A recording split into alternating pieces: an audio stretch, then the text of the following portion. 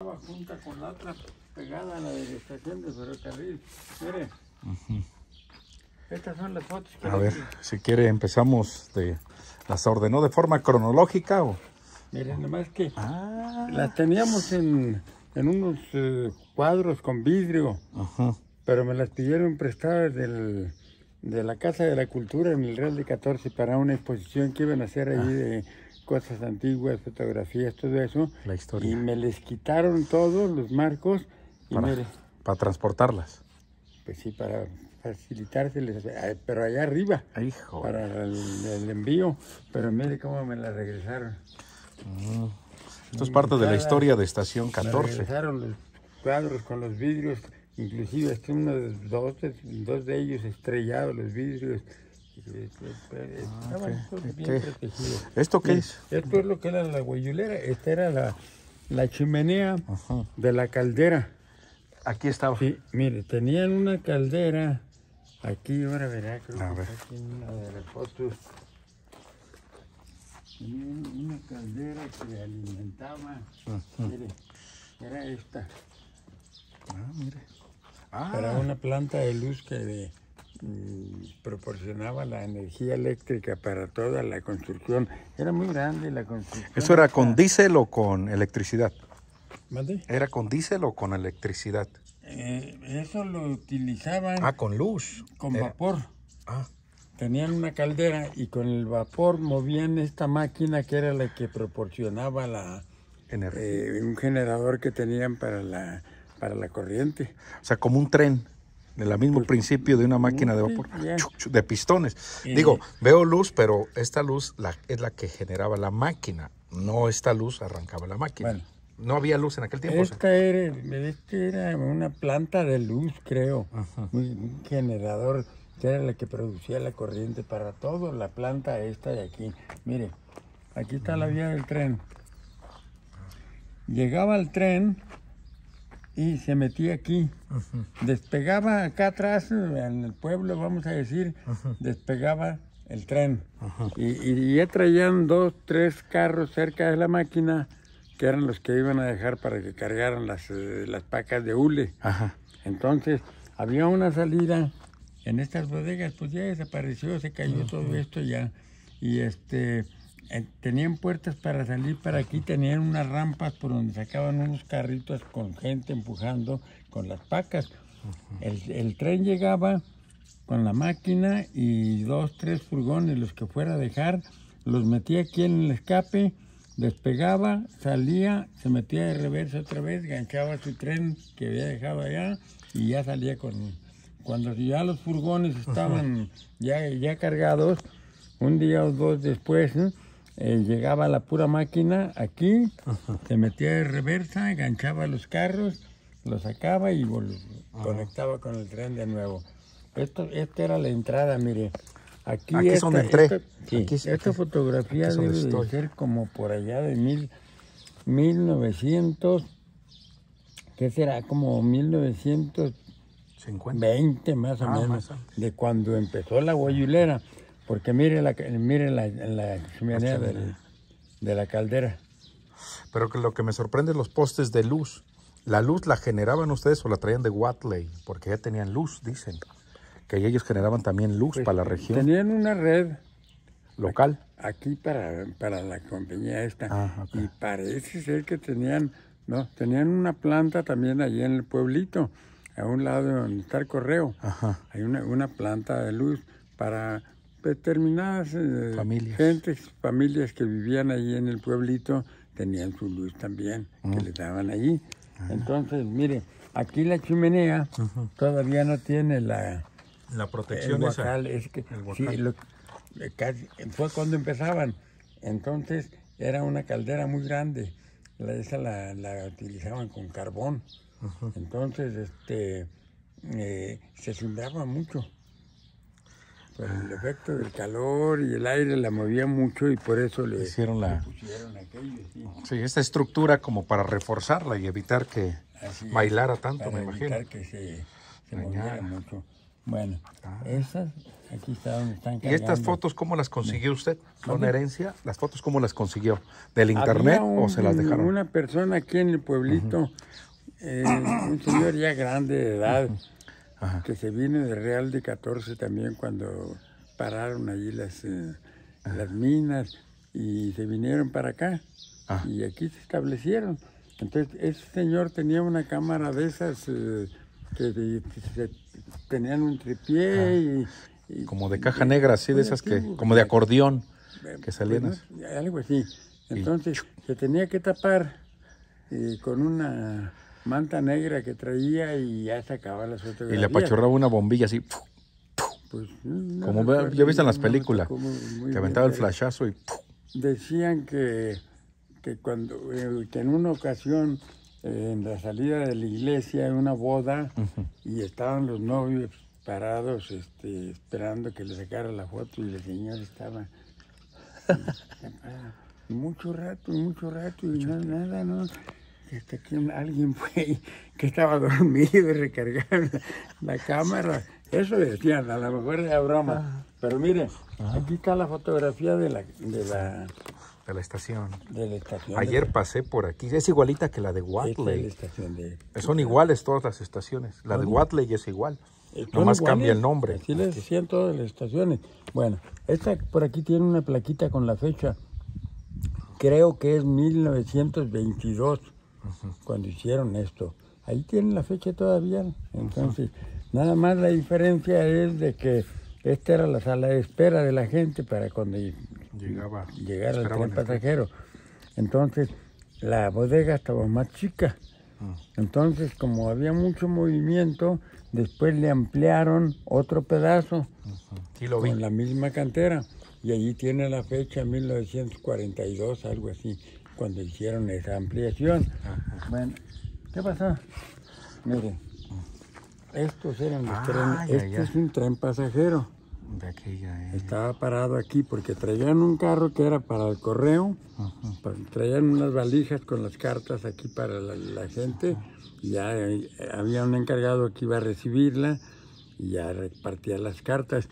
Y otro, el que seguía para más creo que era el del Express. Usted mandaba una caja, por decir, de México, estación 14, la documentaba ya en México y aquí llegaba, aquí la recibía de cualquier parte que fuera. Le digo que en estos trenes mi abuelo traía mucho calzado. De León. De León y de México, mucha ropa, diferentes cosas. Entonces, aquí, en el primer carro, era el de segunda, porque traía primera clase también más atrás. Pero en este siempre venía un destacamento de soldados. 6 soldados de que venían vigilando, con protección del tren. Pues con la cosa de la revolución, le digo, en aquellos saqueos y asaltos. Había algunos gavilleros todavía y cosas de eso. Pero siempre traía ese. Le dije ayer de las ventanitas ahí para donde cobraba la gente. El contador. Bueno, el castillito que se ve ahí, si lo he visto, por la parte de la mera entrada. La entrada. Bueno, se nos estaba cayendo. Tenía unos bloques así que semejaban un castillito arriba. Y tenía ventanas para todos lados. Entonces, en el pueblito había un destacamento militar. Le llamaban un pelotón, creo, algo así. Eran 12 soldados, algo así. Entonces, el teniente que les mandaba, el sargento y los demás, y permanentemente estaban allí en el pueblo. Pero les rotaban de vez en cuando, cada 3, 4 meses, una cosa así. Llegaban otros y se iban los que estaban, y así los ¿Y era vigilancia por el valor del metal de los asaltos? Entonces, en aquel tiempo se acostumbraba, no sé si usted llegó a ver los trenes en aquel tiempo, los trenes cargueros, todo tipo de trenes traían en la parte de atrás un vagón amarillo que le decían el cabús. No, pero ahorita le voy a poner atención. Bueno, entonces, todavía existen, hay veces que pasan por ahí uno que otro ya como curiosidad, yo creo los llevarán a algún museo por allá en algún lado. Entonces, en esos cabuses venían dos personas siempre en cada tren, en el último, la cola. Agregaban ese cabuz. Ese era un cabucito donde tenían dormitorios allí para comer ahí, cosas de eso, equipado. Entonces, en ese tiempo, pues los trenes, muy antiguos todavía, Sí. entonces traían un sistema de chumaceras para las ruedas. ¿Chumaceras qué era? De fierro. Entonces, traían unas tapas en los ejes donde iba la rueda, que la levantaban la tapa, y cuando se venía calentando, que empezaban a humear o algo, se paraban en la estación, que les daba mucho tiempo con ese humo, era por la fricción. Y entonces, lo que hacían, en cada estación que se paraba el tren, esos garroteros se iban uno por un lado del tren y el otro por el otro, y iban tocando las chumaceras para ver cuál era. ¿Las ruedas esas? Sí, Chumaceras. las que iban en la rueda. Entonces, no traían valeros en aquel tiempo, no sé qué sistema traían allí, o valeros muy antiguos. Entonces tocaban. La que estaba muy caliente, traían un bote con una garcita así, como una pipeta, con aceite quemado. Aceite ya de desperdicio. Y le echaban que se humedeciera ¿El valero? ¿Dónde rodaba? Traía estopa, garra. Siempre la traía allí. Entonces lo que hacían era que le vaciaban el aceite quemado hasta cierto punto para que se humedeciera bien, para que ya no hubiera la fricción esa. Y así era como se venía. Bueno, entonces, en ese tiempo, en cada lugar aquí de las estaciones, por ejemplo, en Guadaley, había una cuadrilla de ferrocarril, empleados de ferrocarril, eran 6. Ajá. Traían su motor para moverse y sus armones donde cargaban cosas que necesitaban durmientes y que ya para cambiar alguno, pero era pura madera. Se podrían y traían ellos uno nuevo y lo cambiaban. Eran los del carrito ese que se movía así. El carrito, hay un carrillo chiquillo que era como una carretita que se movía así. Bueno, no sé si había unos de esos que les llamaban diablitos también, que traían una palanca. Estos no, sí tenían aquí también, pero ya usaban unos motores. Pequeños. Unos motores, todavía existen, por aquí está uno, no lo vio por ahí, está en exhibición ahí ¿En la estación? En el museo que está allí donde era la estación, allí hicieron como un museo. Entonces, con eso tenían tantos kilómetros de Guadaley para allá y rumbo al sur. Y los de aquí de Estación 14 se iban hasta Guadaley y hasta acá, hasta Poblazón, un pueblito que sigue más adelante, Las Amayas se llama, más adelante. Entonces, esos vivían ahí. Aquí, por ejemplo, los otros eran de ahí de Guadaley y así. Entonces, los días de quincena que les tocaba cobrar, agregaban un cabuz más en los trenes, y en esos trenes, en los cargueros, por lo regular en los cargueros, en los de pasajeros no. Entonces agregaban un cabuz de esos más, y era el pagador. Allí venía una persona que se encargaba con vigilancia, con 2 agentes especiales de ferrocarriles que venían vigilando, que traían el dinero para pagar. En cada estación había una cuadrilla y tenían que pagarles. Bueno, entonces el día que les tocaba cobrar aquí a los trabajadores de la minera, agregaban un cabuz más, o sea, más atrás, en lugar de uno, si coincidía con el pago de los de ferrocarril, venían 2. Entonces se paraba aquí enfrente el tren y bajaba una persona con el dinero, o el cajero, o el contador, iban a recibir el dinero allí, entraban y se ponían a pagarle a la gente. Bueno, entonces en ese castillito había un destacamento militar aquí, que el día que iban a venir con el dinero, a tales horas va a llegar el tren, entonces se venían antes y se ponían unos vigilando ahí arriba del mirador y otros en la puerta. hasta pues, se hacían las colas de gente, 500 gentes. ¿Cuánto dinero tenían que proteger? Entonces, Era como la Panamericana, ¿ven los camiones que andan con el dinero ahorita? La Panamericana son los camiones blindados que andan recogiendo el dinero en los bancos, en su justa comparación. Llegaban y los soldados eran los custodios, por si venían unos forajidos. sí, Así era la bueno, onda. entonces ya pagaban a la gente, se hacían las colas. En este lado, me parece, sí, en la de aquel lado era la oficina del contador y allí una persona, no el contador, otro empleado, era el que pagaba por la ventanilla, les pagaba a la gente. Entonces, en la de este lado era la del cajero y el cajero le pagaba a los empleados, a los obreros. La de aquel lado era a los empleados de confianza, desde mecánicos, torneros, electricistas, encargados de las máquinas, carpinteros. Aquí tenían una carpintería muy grande y ahora me falta esa fotografía. Aquí hay una que dice oficina del Hotel de Ferrocarril Nacionales de México, estación 14, San Luis Potosí. A ver, pues aquí es la industria. La madera que ve usted aquí, ventanas, puertas, todo eso fue construido aquí mismo. Es todo eso. Todo eso. Esto les falta, todas las puertas tenían sus mosquiteras, pero pues de repente quitaban una, que duró mucho tiempo muy abandonado aquí esto. Entonces, de repente, ¿Esto antes que era cuartos de los empleados o esta era habitación de los...? No.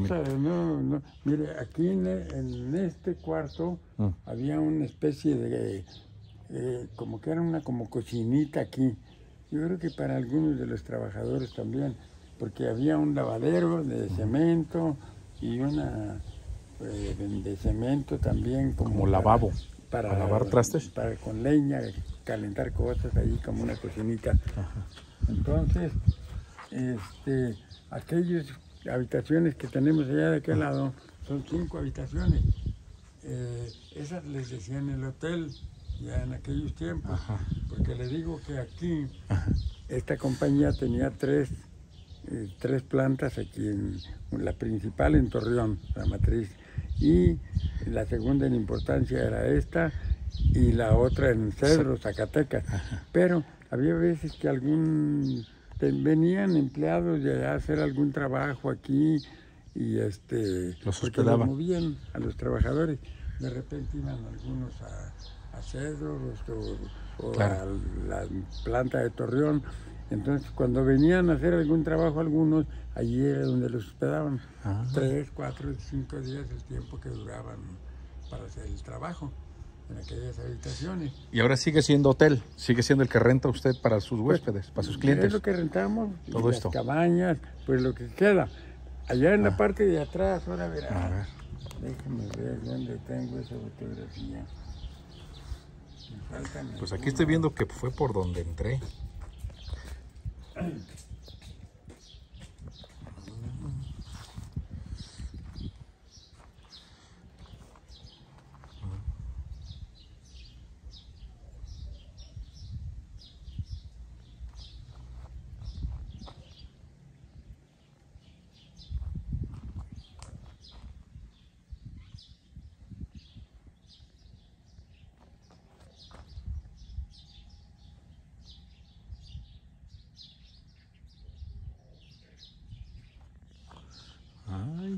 qué cosa tan más extraordinaria.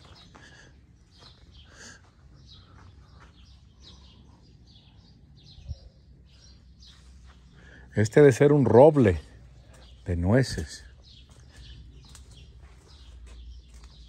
No se preocupe, si no la encuentran, ahorita la vemos. Lo que quería era ver las instalaciones también, para que la gente conozca este hotel.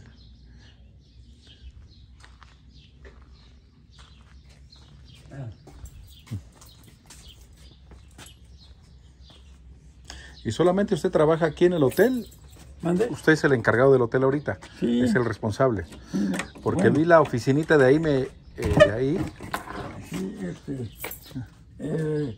ya tengo, le digo que ya tengo yo aquí, ya pasé de 54 años de vivir aquí día con día, sin faltar un domingo, ni nunca.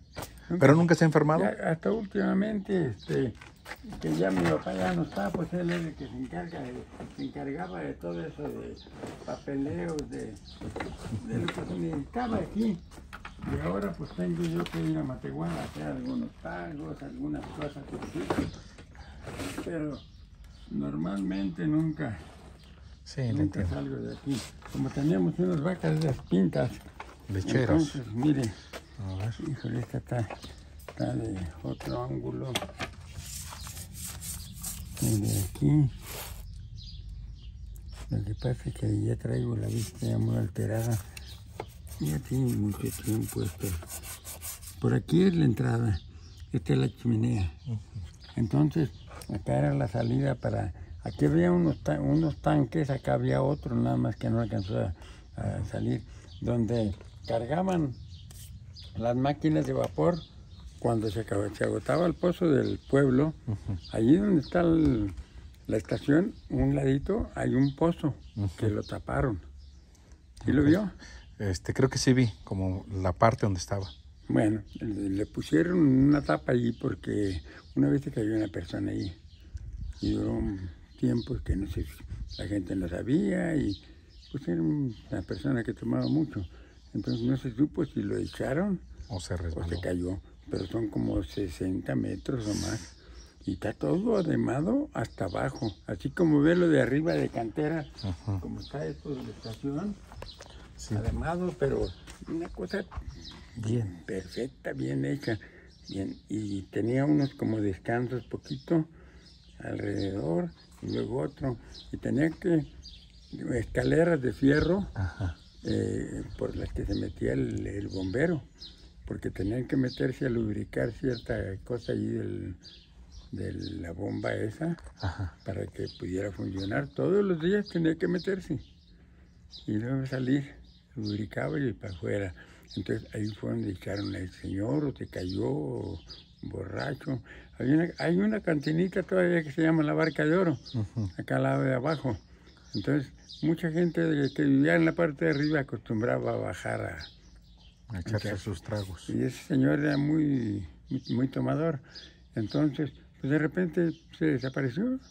Pues no se supo de él. Pensaban que se habría ido a Monterrey o a algún lado así. Entonces, resulta que después de un tiempo había un olor fétido. ¿Qué es? Y el agua de la que se abastecía el pueblo para tomar, en aquel tiempo no había agua destilada, no digo, purificada, nada de eso. Entonces, pues se arrimaba ahí la gente, tenían una toma allí y llevaban sus tinitas y la carreaban, algunos con un palo aquí y 2 cubetas y acarreaban la agüita. Y un día que estaba la esposa del jefe de estación precisamente agarrando agua allí de esa llave, salió un pedazo de dedo. La bomba lo levantó. Entonces, y luego empezaban que no, la gente no sabía qué era. Bueno, entonces, no, pues ya cuando llegaron a eso, entonces el bombero decía que ya tenía días que no se aguantaba y el olor, el que se encargaba de la bomba y tenía que meterse. Pues no, ya empezaron a ver, ¿no? Pues había ya tenía muchos días allí. De descomposición. Pues ya lo sacaron y listo. Pero bueno, entonces, mire, allí era donde se abastecían de agua. En ese tinaco tenían esta garza que tenía un gancho. Cuando se paraba el tren, tenían un depósito para el agua. Era como trabajaban para producir el vapor. Y este es el fogonero que le llamaban en aquel tiempo. Entonces, aquí en la parte de atrás, hasta aquí de la máquina, traía una parte donde llevaban mucho carbón, en piedra. Entonces, era el trabajo del fogonero. O sea, llevaba como una pipa para el agua. Para el agua. Para con eso hacer el vapor. Esa agua la calentaban, traían una caldera allí mismo, y tenía que ir, pues no sé cada cuántos kilómetros tenía, pero tenía que ir echando carbón para que la se mantuviera y con el calor se producía el vapor, que era el que... Estas máquinas nunca las llegó a ver usted trabajar. En Durango vi una en exhibición, allá en Durango tienen una de estas. así Bueno, grandota. pero en exhibición ya. En la exhibición, sí. No, a mí me tocó verlas trabajar. Ajá. Estos traían un sistema aquí de émbolos. Acaba de pasar una, ¿sí se dio cuenta? Pues no le Una presté que venía de atención. Canadá. Una máquina de Ahorita, vapor. pues nomás veo. Pasó aquí, inclusive mató una gente por acá, por... Ah, sí, esta, que tenía un nombre de... Sí, que una muchacha tomó una foto y le llamaban un nombre como la Josefina, un nombre así medio... Sí fue esa, ¿no? Que una muchacha tomó una foto y que le pegó en la cabeza. Se arrimó. Se arrimó mucho. Y se tomó una foto. Y le pegó la... Que iba con un niño. Sí, pues. Era una máquina que no venía trabajando. Fue nomás de exhibición. Entonces, yo llevé esta foto allí ese día. Ya me la arrebataban los del personal del... No, le dije, no, pues ¿cómo? Sáquenle la foto y le sacaron muchas fotos. Porque esta es auténtica de las de aquí de México, las que corrían aquí.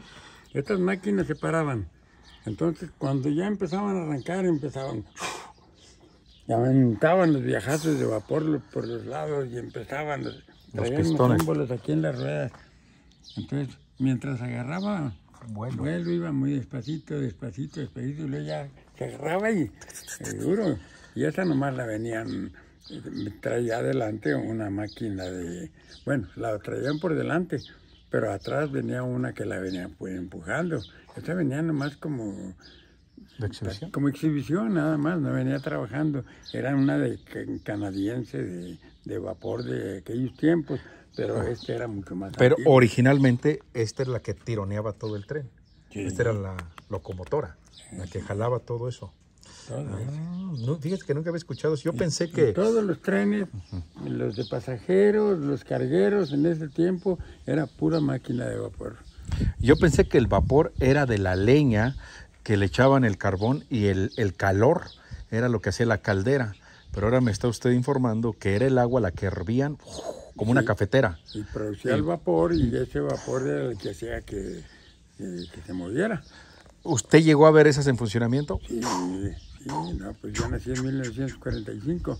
La primera máquina, que no presté esa fotografía y ya no me la regresaron, que se les había perdido. De la primera máquina de diésel que pasó por aquí ya después de estas, pues debe haber sido como por 1955, algo así. Yo estaba chico todavía, pero me tocó ver mucho trabajar estas, porque era a la hora que llegaba el tren se arrimaba uno allí. De curioso. Se impresionaba de aquello, sí.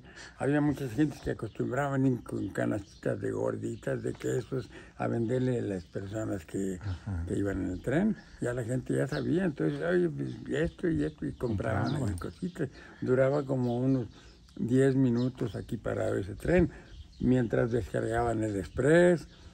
El cartero, el encargado, iba a recoger la valija. Ese no tardaba, pero había veces que venía mucha mercancía y duraban hasta más de 10 minutos parado el tren, hasta que no... Mucha gente que mandaba mercancía para Monterrey, entonces tenían que descargar y luego cargar lo que iba de aquí para allá. Y así duraba. Miren, y se escuchaban asaltos, dice hace rato que había militares que cuidaban el dinero. Se escuchaba asaltos, dijo usted algo de gavilla o no, gavilleros, que eran asaltantes. ¿O qué? Pues, los que, como en las películas, que correteaban al tren en caballo, se subían. No, porque no lo podían detener para asaltarlo. No, eso no. No, eso yo creo que era allá cuando la revolución, allá cuando Pancho Villa, y que se transportaban en los furgones arriba en los trenes. No, aquí nada más que, pues después de la revolución, dicen que quedó gavillitas, hay que de repente por ahí en los caminos, había un camino real que le llamaban, que atravesaba y todo eso, y pues por allá acostumbraban las gentes pasar con animales, con mulas cargadas con mercancías y algunos con dinero, algo, y ahí era donde los saltaban a veces. Entonces, no, de eso nada, no. Entonces, mire... ¿Y eso de 14? Esta es la estación de ferrocarril nueva. ¿Y esta foto data de la fecha de los 30, 40 que dice usted? por la vestimenta de esos ciudadanos, Sí, se no, ve no. que era Y antiguo. esas personas que están ahí, uno de ellos era el jefe de estación, que era el que se encargaba de vender los boletos para los pasajeros que subían al tren. Había un encargado del express que hacía las guías, todo eso, y recibía lo que venía. Aquí tenían una placa, por ahí creo que la tienen todavía tirada, donde decía la distancia que había esta para el norte, a la ciudad de Monterrey. A Monterrey, Nuevo León, tantos kilómetros.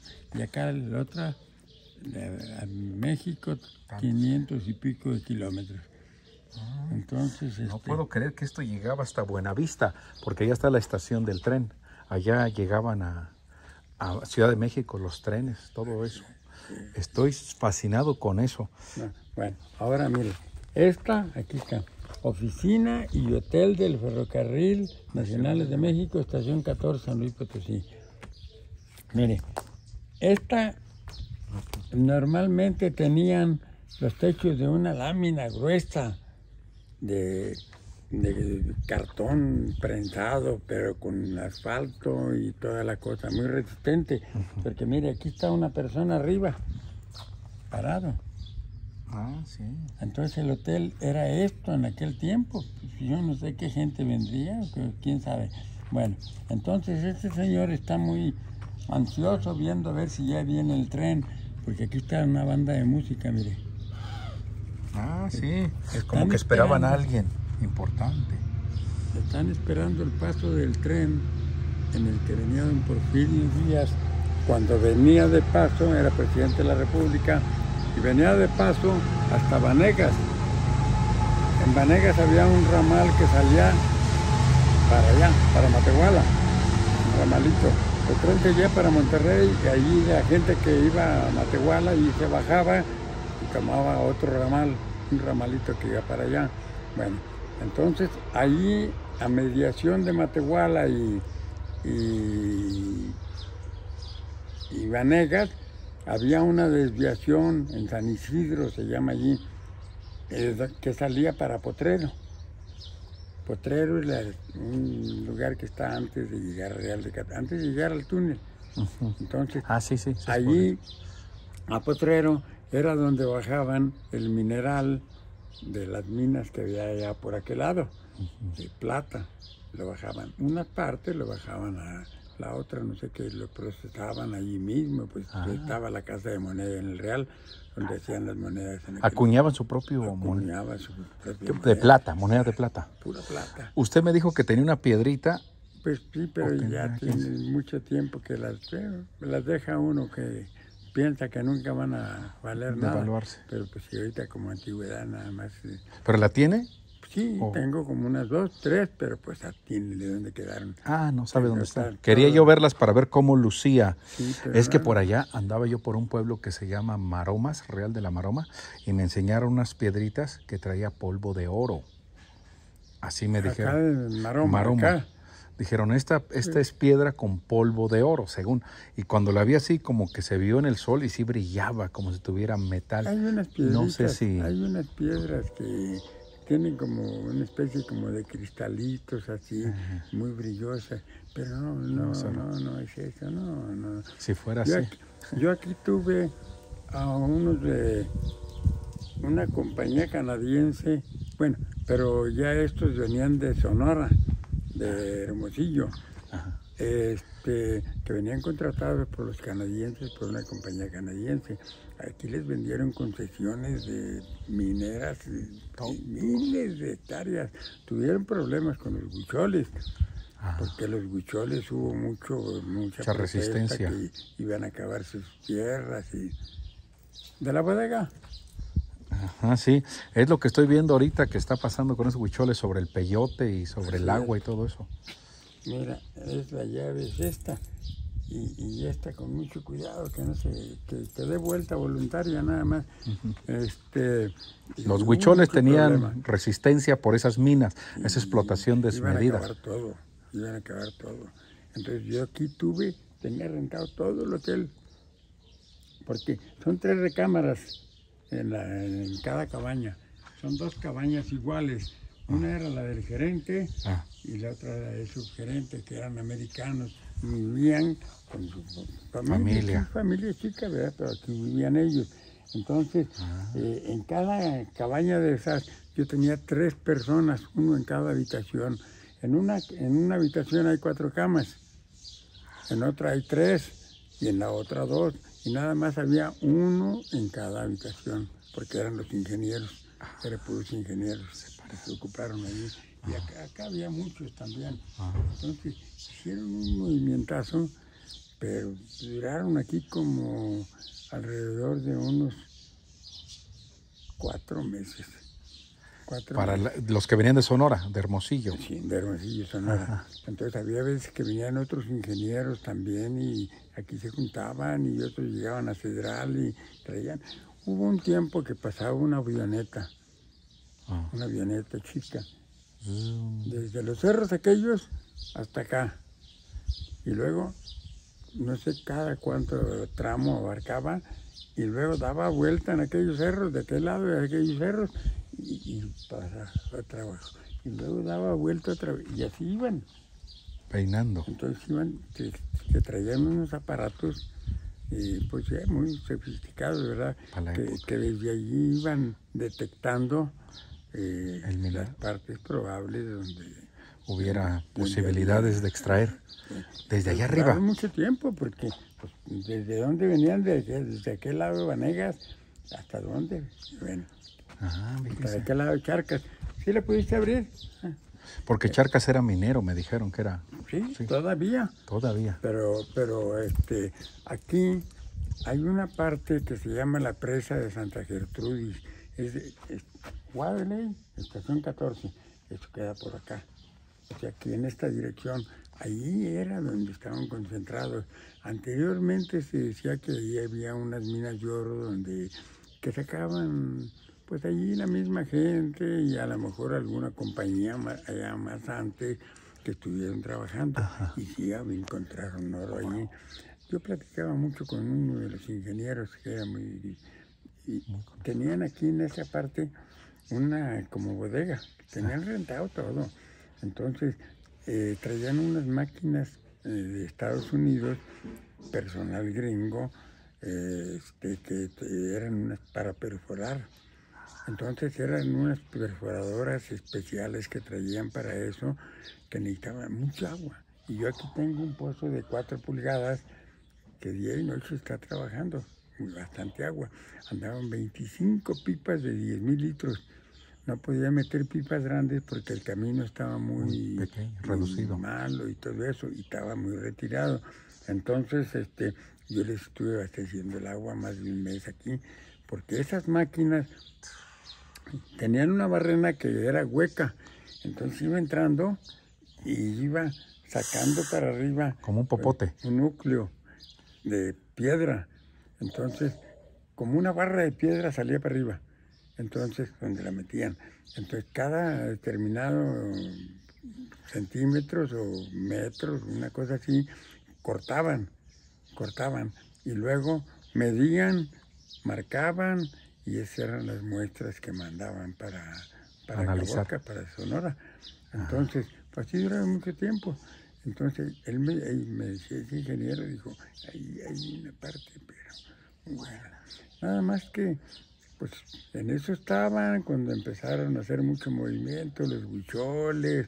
En la Ciudad de México hubo hasta conciertos de aquel grupo Café Tacuba, algo así, que unos ambientalistas que con sus grupos también de ellos, hicieron un concierto para recaudar fondos para defensa de la... Sí, esos grupos, La Maldita Vecindad, Café Tacuba, esos greñudos que eran afines a estas... Muy duro. Aquí en San Luis Potosí, la viuda del doctor Nava, un doctor muy famoso que la política tuvo contra el gobierno y todo, movieron mucha gente y pararon. Entonces coincidió que en ese tiempo era ya casi la Navidad, ya como el día 15 de diciembre, se fueron de vacaciones todos los... Me dejaron todo, pues cerrado todo, pero pagando a los señores. Entonces, En ese tiempo fue cuando agarró más fuerza todavía el movimiento de resistencia ese. Y total que cuando regresaron los primeros días de enero, ya estaba la orden de que pararon. Aquí vino uno de los altos jefes de la compañía esa que estaba aquí de Sonora. Venía y a negociar conmigo, me platicaba y todo. Me decía, digo, pero ¿cómo puede ser posible que la gente no, que estén apoyando esto? Ahí está el dinero, están parados en puro oro, que no quieran sacarlo para que se beneficien. Pues sí, pero iban a arrasar con todo. ¿Pero beneficiarse quién? Pues la mina. La mina. Pues la gente, ¿a poco le iban a compartir? ¿A poco le iban a compartir al pueblo? No. Como se han beneficiado. Sí, la gente aparentemente, sí, momentáneamente, sí. Pero va a llegar el momento, lo que decían los huicholes, en que van a arrasar todo. Van a dejar, como aquí, como esto. Se acabó, vámonos. ¿Cómo pasó en Cerro de San Pedro, aquí en San Luis? Unas minas riquísimas. El pueblito ese de San Pedro, era hasta en el escudo de San Luis Potosí, era el símbolo. Dejaron puras ruinas. Sí, que les hicieron escuelas y que la gente se tuvo que ir, pues ya no hay nada ahí. Una vez que se acaba la explotación. Ahí quedaron las escuelas. Ahí, pues, ¿para qué? Abandonadas. Y el señor ese importante de la compañía le decía a usted, ¿cómo es posible que no aceptan el progreso? Pero los huicholes no le llamaban eso progreso. Claro, pues ellos iban a ganar mucho, su compañía de ellos estaban ganando mucho, pero... Al costo de depredar todo el... Exactamente, iban a acabar con toda la... Imagínense nada más, bulldozer desmontando, se llevan peyotes, se llevan todo. Aquí esa cosa está afectando mucho eso de la agricultura. Sí, también. Bueno, yo fui cuando abrieron, ¿no has visto unos invernaderos? Sí, se ven unos blancos, así toda esa tirita. Grandísimos, desde Guadalajara se ven todo eso, están grandísimos. Tienen más de 200 hectáreas de puro invernadero, ahí nada más. Y han comprado, bueno, cuando empezaron a hacer eso, yo les estuve proporcionando el agua de aquí del pozo, una pipa de 20,000 litros 2 veces al día para la perforadora, estaban perforando. Para hacer sus propios pozos. Para sacar sus pozos ahí, porque era una cosa agrícola. Bueno, entonces, una vez vino uno de los muchachos que andaba con el tractor, desmontando allí para pues, abrir las tierras ya, pues, mientras hacían los pozos. Bueno, se le ponchó una llanta y vino aquí conmigo, era conocido. Yo les había rentado aquí para que sembraran tomate a ellos mismos, 1 o 2 años antes. Entonces era conocido y vino que le prestara el teléfono. No había señal de celulares todavía. Teléfono de cables. Entonces, se le presté y ya reportó que pues, se le había ponchado una llanta y porque ahí no había nadie todavía, apenas estaban empezando. Entonces, empezamos a platicar. Digo, bueno, pues ahora a ver si encuentro un ray para irme. Ya quedaron de mandarle una llanta para que la cambiara y dijo, pues allá los voy a esperar. Bueno, entonces, le dije, pues, era el amigo, el muchacho, le dije, nada más súbete, yo te llevo. Y lo llevé en la camioneta. Andaba barbechando. Bueno, pues es el trabajo que se hace para la agricultura. Pero mire, iba así, puro peyote. Le dije, oye, esto, dijo, no. Digo, pues, son instrucciones que... Pues sí, entonces tenían muchísima razón los huicholes. Que iban a depredar. El peyote para los huicholes es sagrado. Es sagrado y es su alimento y le sirve para... medicina. Se ponen en contacto con sus dioses, con sus antecesores, con todo. Entonces, pues cuando regresaron ya en enero, estaba la orden de paro. Duraron aquí todavía como unos 4 o 5 días, anduvieron en México y todo. Negociando. Se acabó. Por un amparo, un juicio de amparo, que detuvieron eso. Sería así, una orden federal. Salió en el periódico, hasta lo tengo yo por ahí, pero pues sabrá de dónde quedaría. Donde venía una fotografía del área que les había concesionado el gobierno federal a los canadienses para que explotaran todo, pero agarraba desde aquel muy allá de Vanegas hasta de aquel lado de Charcas. Híjole. En cuadro. Imagínense cuántos kilómetros son. Y para abajo, desde los cerros aquellos, hasta de aquel lado, agarraba parte de Villa de La Paz, parte de Matehuala, acá de Charcas, de aquí está de 14, Ajá. y parte de Vanegas. Para acá agarraba parte de Santo Domingo. Era un área grandísima. Miles y miles de todo eso hectáreas. iba a ser explotado, todo. Iban a acabar con todo. Entonces fue bueno que se haya detenido, Sí, en su opinión o en la opinión de toda la pues gente. iban a acabar todo. Iban a dejar el monte pelón. Así como aquí. Sí. Ah, ¿Qué bueno, vida pues puede esa haber? historia no me la sabía. Fíjese que es importante que la gente sepa. No, pues es que Y eso se detuvo por las protestas, la resistencia de los huicholes, que detuvieron eso con ese juicio de amparo, fue como haya sido. un grupo muy grande de ambientalistas que se movieron mucho y echaron para abajo eso. Y hasta la fecha todavía con López Obrador, cuando fue presidente, canceló muchísimas concesiones. Incluso ya no otorgaron más permisos de mina a cielo abierto, se detuvo eso. Aparte de que ya no dio ni un permiso más, cancelaron mucho todo lo que pudieron, porque todavía Peña Nieto todavía dio, Le dio. les valía. Sí, hay que reconocer eso. ¿Cuánto les daría? ¿Cuánta lana? Sí, supe que López Obrador prohibió dar más permisos y como usted dice, yo anduve en Oaxaca, en un pueblo que se llama Jiacuí, de allá en Oaxaca, y era una mina de oro. Platiqué con un ingeniero y él igual como usted me platicó, y ahí aprendí lo de la densidad del oro y aprendí que mucha gente echa mentiras, porque la gente cuando te dicen 1 kilo de oro, uno piensa que es como un queso, pero no. 1 kilo de oro es como su llavero, es como un limón, porque está pesadísimo el oro, o sea, pesadísimo. 1 kilo de oro es un dado, así. Y la gente luego, pues cuando echa mentiras, dice, trae un costal de oro cargando. Pues no, pesaría 200, 300 kilos. Y ese ingeniero me habló que esa mina de Jiacuí, Oaxaca, llegó a ser de las más importantes del mundo. Era canadiense también, de oro. Y ahí llegaba gente de Jalisco como los de California, con sus sesos como discos, no sé, en los ríos se ponían, como la fiebre del oro de California, esa locura por el dinero. Llegaban los exploradores. El problema del oro es el método que utilizan para aprovecharlo, según eso. Ahí le veía yo, porque aquí criticaron mucho esa de aquí de San Luis, la de Cerro de San Pedro. Porque a cielo abierto en los cerros arriba hacen unos tanques y con un ácido que es cianuro, no sé qué cosa, que es con lo que procesan ese oro. Entonces, pero echan ese mineral y echan ese ácido, y es un sistema que le llaman, creo, disiliación, algo así, y está bien, con eso lo procesan, pero resulta que ese ácido se va evaporando. Y es radioactivo. Tienen que estarlo reponiendo, porque no sé con qué frecuencia, ¿verdad? Pero lo tienen que estar y se integra al medio ambiente. Constantemente está evaporándose y va a dar al medio ambiente, y eso es muy. Pues yo pienso que hasta como tipo radioactivo o ¿cómo se llama? Tóxico. Sí, para la especie, para las plantas, animales. Ese es el método para el oro, no sabía. O sea, es uno de los procedimientos para separar el metal de tanta... Sí.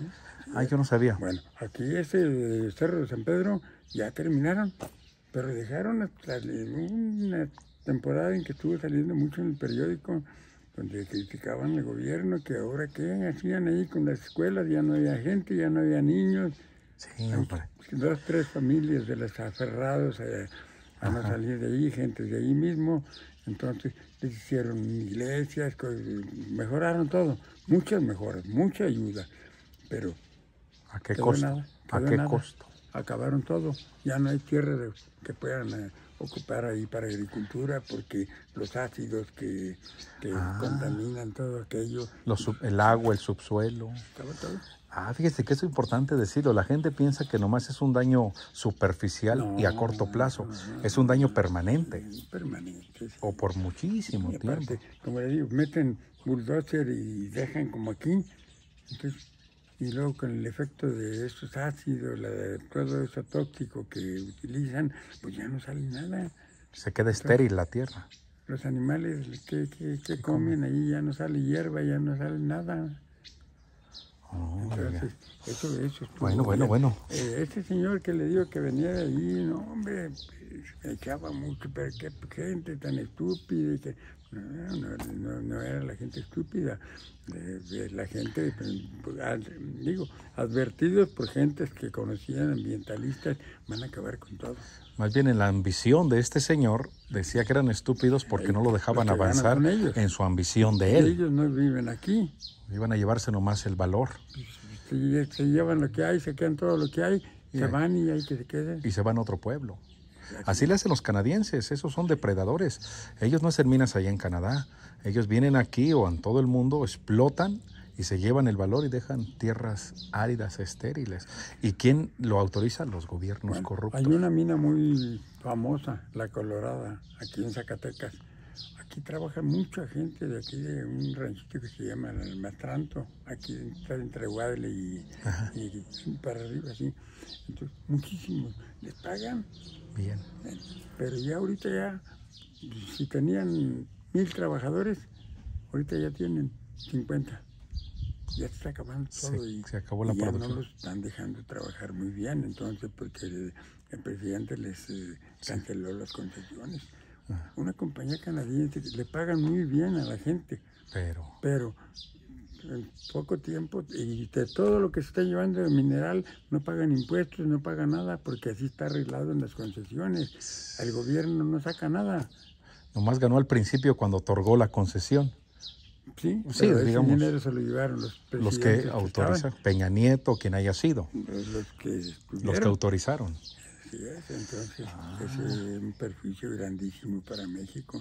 Tantas empresas que no pagaban impuestos, como este señor de Televisión Azteca también, ya Salinas. Ahorita. Y fue puro saqueo, todo eso. Sí, cuando vendieron ferrocarriles. Igual, fue la época de Cedillo. ¿Quién fue? Fue Salinas de Gortari, pero ya casi para salir, pero él fue el que hizo el contrato y todo, y luego Cedillo fue el que se les entregó. Que eran los trenes de pasajeros. Supuestamente está concesionado por 50 años. O sea que no lo vendieron, que está concesionado, rentado por 50 años. Bueno, entonces, pues ahorita ya no sé qué cláusula encontraron en ese contrato que hizo Salinas y Cedillo con los americanos, porque era Kansas City. Entonces, encontraron una cláusula allí donde decía que en caso de ser necesario el servicio de pasajeros, porque Kansas City suspendió el servicio luego de pasajeros. Entonces, que en caso de ser necesario, el gobierno podía presionar para que los mismos de Kansas City se proporcionaran ese servicio de nuevo. Y si no aceptaban, entonces el gobierno expropiaba. Podía recuperar sin quitarles la vía, porque está concesionada, pero podía utilizar la misma vía para poner el servicio, y ahí fue donde los arrequintó de López Obrador. Entonces, ahorita ya lo van a hacer. Así ya van a empezar con eso. Creo que van a hacer uno aquí para Nuevo León, por ahí leí. Es el mismo tren que había. Aquí el tren que pasaba venía desde Laredo.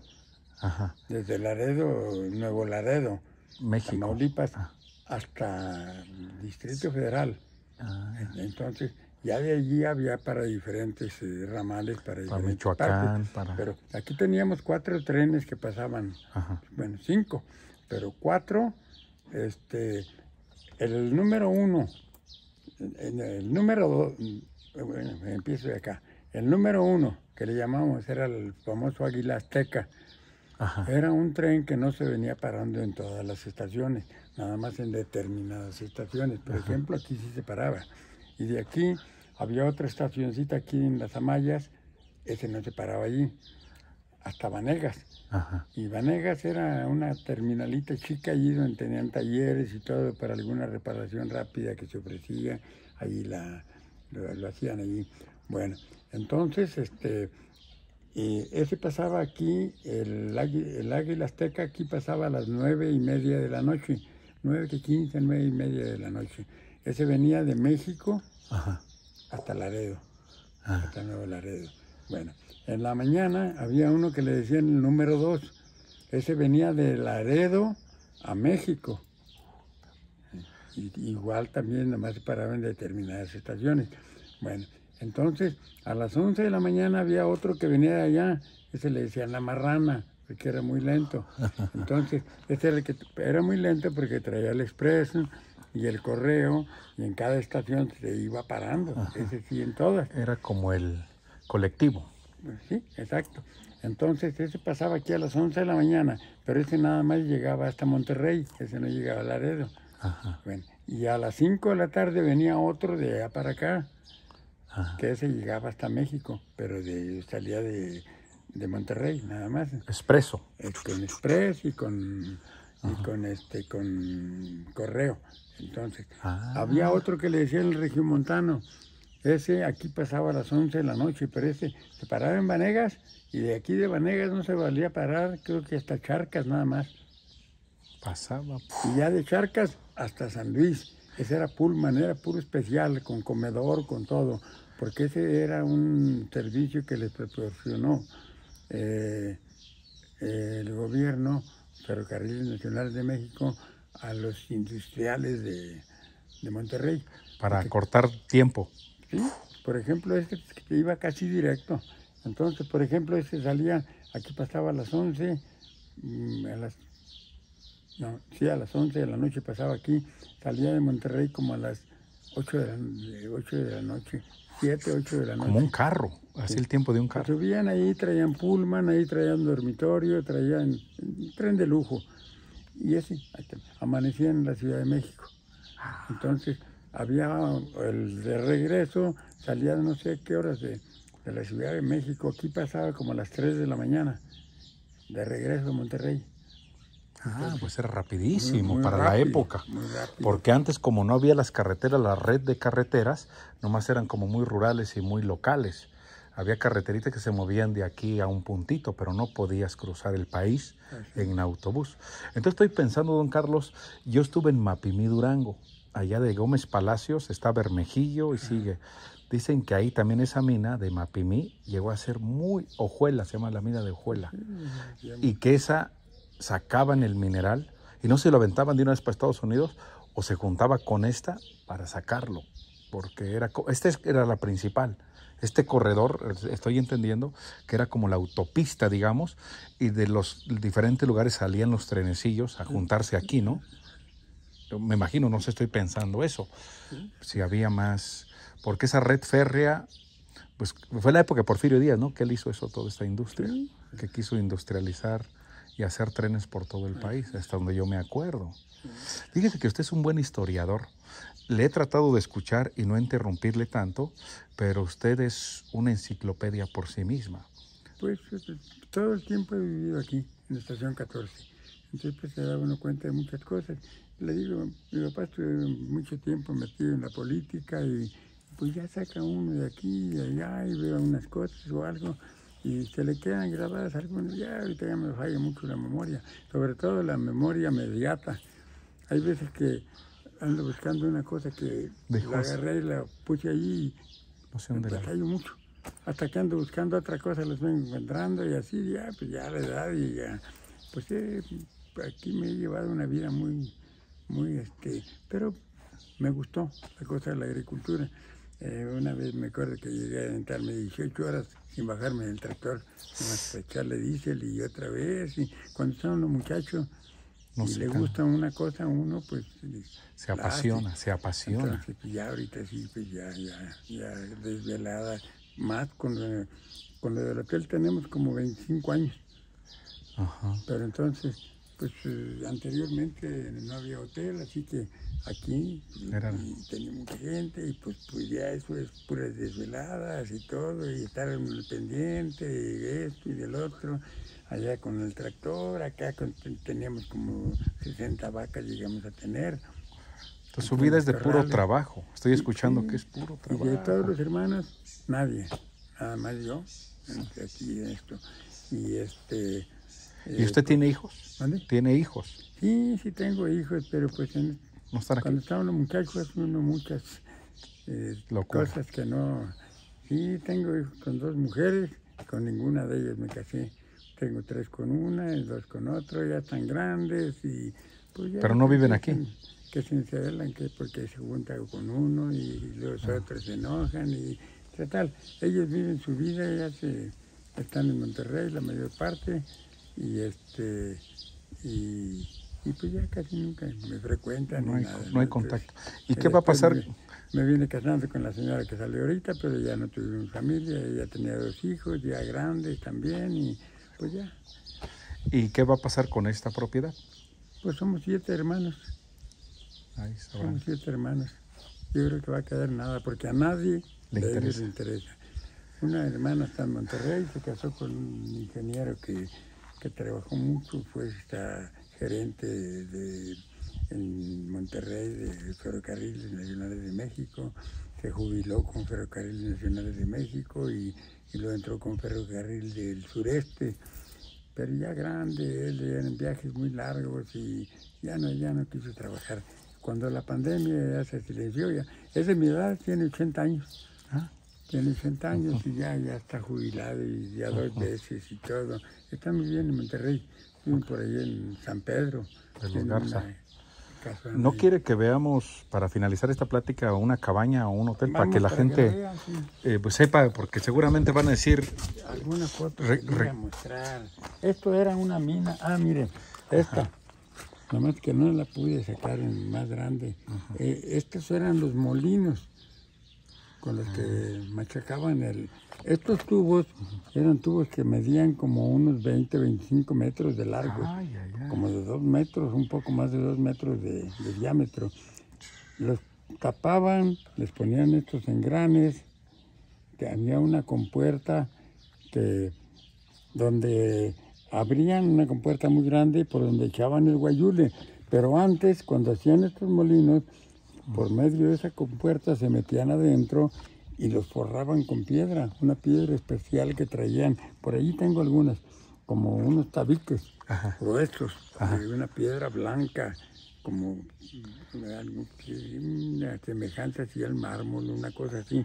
Entonces los forraban todo por dentro. Y luego traían unas piedras bolas, como un melón, grandes así, redondas. Un material que esta piedra la traían creo de Estados Unidos o no sé de qué parte de aquí de México. Entonces las echaban adentro. Entonces echaban el guayule por esa compuerta que traían, lo llenaban hasta cierto punto y luego echaban esas piedras como melones adentro. Entonces ya una vez que ya estaba cargado lo cerraban y lo ponían a trabajar con el mecanismo ese que tenían, que con el vapor movían como una tómbola. Entonces, como esas secadoras. Piedra contra piedra, la piedra bola contra el forro que estaba pegado, sería con cemento, no sé con qué, y el guayule lo machacaban, lo despedazaban completamente. Entonces tenía una salida por un lado del molino donde salía el jugo de esa planta que estaban machacando. Y ese jugo escurría, chorro, y tenían unos moldes.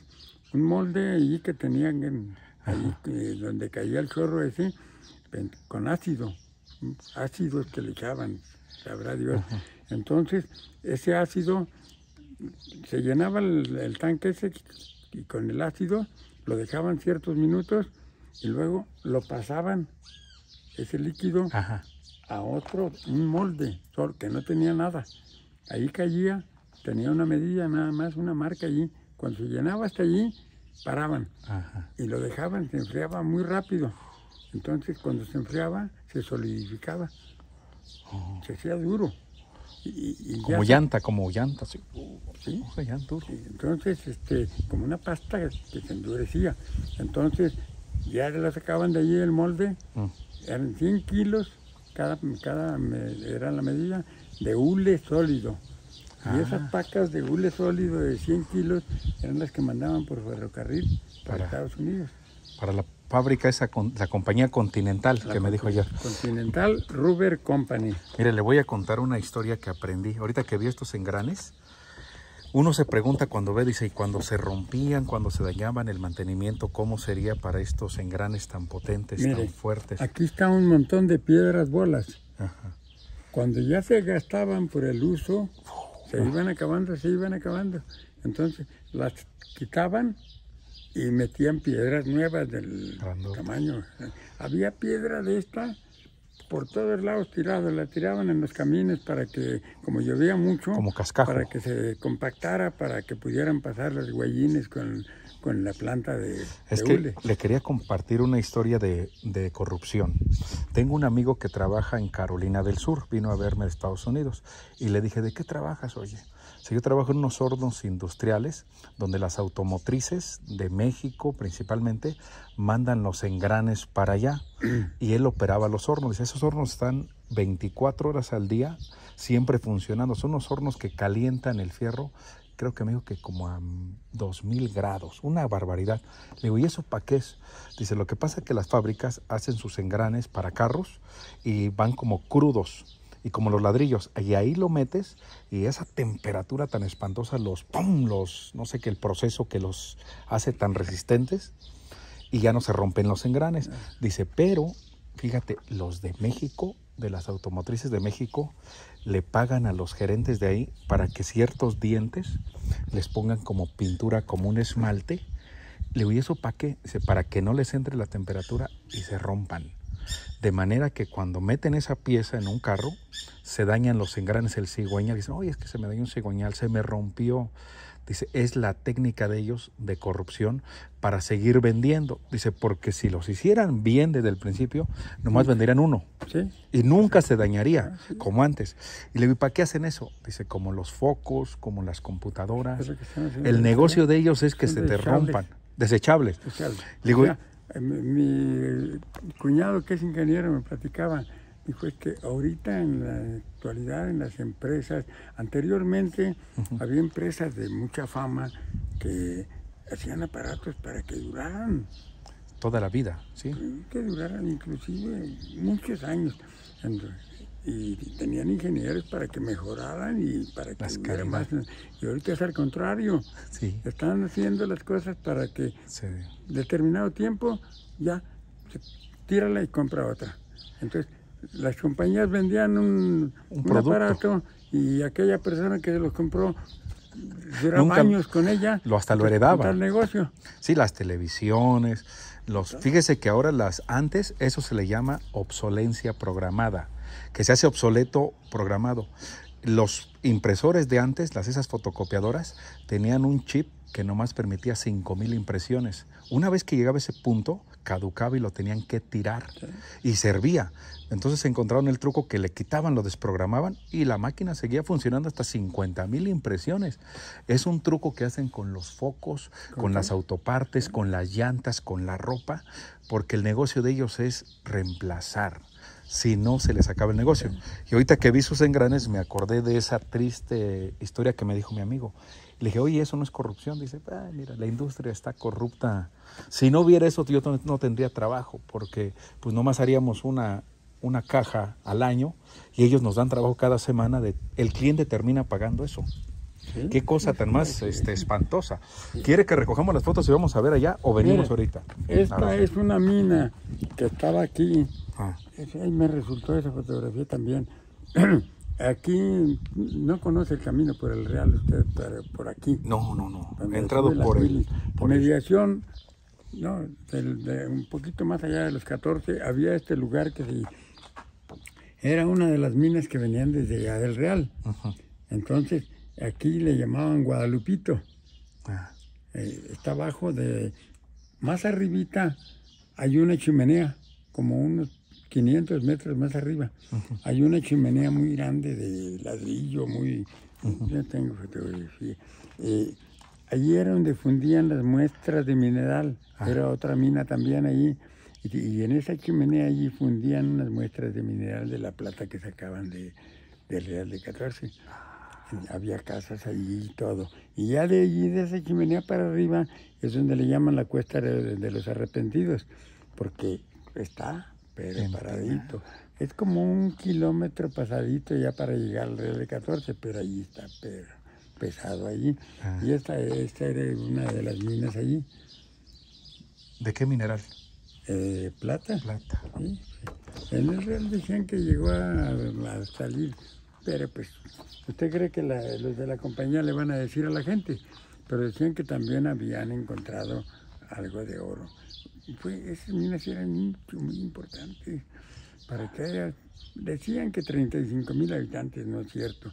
Yo he visto folletos después ya de libros de Aguiñaga, sabe qué tantos, un historiador muy famoso aquí de San Luis, que decía que 18,000 habitantes fue lo que llegó a tener Real de 14. En su momento de apogeo. La iglesia principal, que es la que está allí en el centro, la de San Francisquito, esa iglesia cuando estaba en su apogeo, la mera plena bonanza, entonces había mucha escasez de agua ahí en el Real de 14. Siempre ha habido, pero en aquel tiempo los lecheros que iban de muchas partes a vender su leche ahí, pues había mucha gente. Entonces hubo gentes ahí que por parte de la empresa, de la minera, les compraban toda la leche y con la leche vaciaban los botes para suero, para hervirla, para el queso. Cemento, para el cemento, para material. La construcción estaban construyendo la iglesia. O sea, como líquido como material. Fuera agua para batir la mezcla, el cemento, para lo que estaban haciendo para eso. Leche. Cuando se escaseaba muchísimo el agua, usaban leche. Había mucho dinero en el Real de 14. Híjole, pues para haber usado leche en vez de agua tenían dinero. Desperdicio. Bueno, tenían. El Real fue una cosa exagerada. Imagínense cuántas fortunas se hicieron de esos lugares, los encargados, porque el pastel se repartía el dueño de la compañía, pero después empezaba la red de corrupción. Los encargados, los capataces, los jefes de grupo, todo mundo agarraba, sacaban como podían. Y una vez, fíjese que platiqué con otro señor, él trabajaba de custodio en una mina. Y con todo respeto se lo voy a decir, dice que cuando salían los mineros igual tenían que revisarles hasta las costuras de su camisa, del cuello, se metían y dice que los pasaban así, los de confianza, y los encueraban. Y le digo que les abrían la boca, la boca. Y luego dice, perdón que le diga esto, pero se lo tengo que decir. Dice, lo sacaban en el culo. Se lo metían y decían, no traigo nada, y decían, pásale. Después encontraron que ahí, por eso, como en las cárceles que meten armas y droga, dice, en el culo se lo metían. Así era la forma de sacarlo. Pues en el Real de 14 se oía decir mucho por las pláticas de gente de aquellos tiempos que hubo mucho dinero. Nada más que hubo un problema, pues el Real de 14 fue una cosa decían... De locura. Muy exagerado los vicios. Donde hay mucho dinero... Se vuelve como Sodoma y Gomorra. Mujeres allí que venían de otras partes y excesos, alcohol, mucha juego, crímenes y todo. Decían que por ahí en esa cuesta de los arrepentidos que le llaman, que había gentes que... Y la gente muy ignorante todavía en aquel tiempo, entonces discutían por alguna mujer o que, oye, que me dijeron que andas con fulano, que no sé qué tanto, y las sacaban por allá a la cuesta y las dejaban al voladero. Entonces... O sea que fue una locura, como esas ciudades sin control. Dinero. Que se vuelve uno loco, enloquece la gente. No sabían qué hacer con tanto dinero. Los comerciantes. Lo que ayer hablamos de fábricas de Francia, de pozos.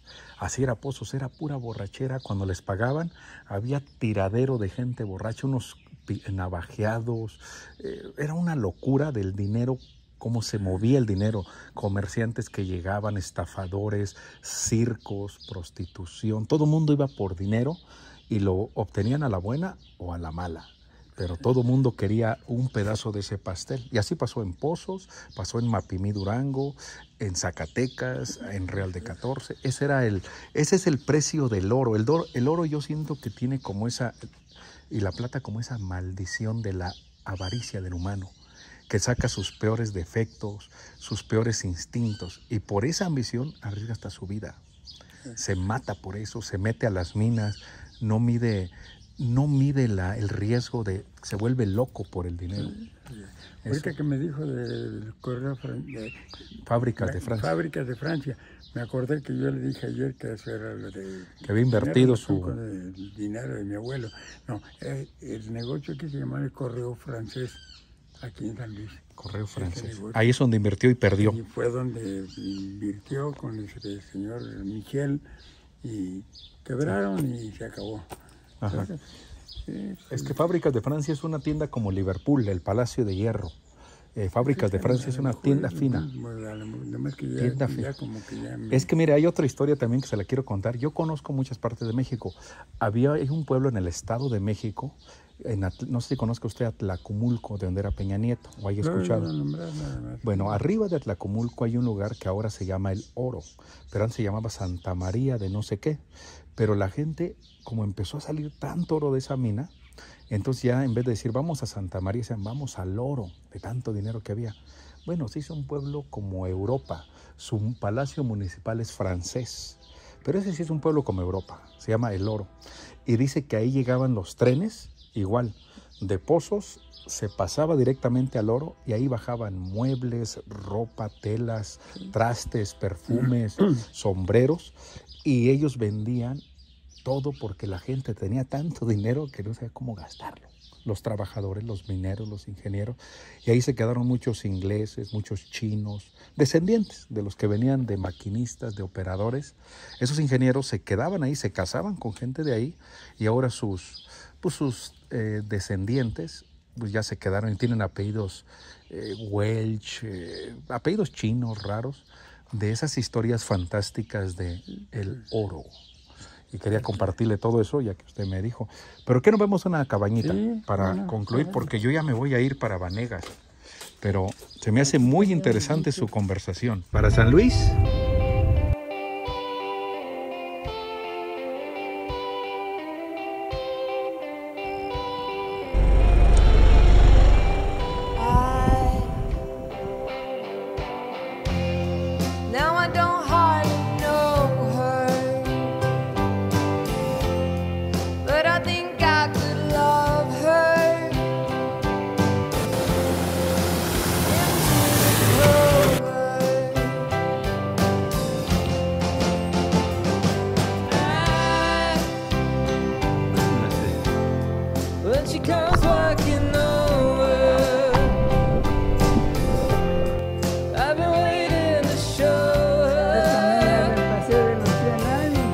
...101 años.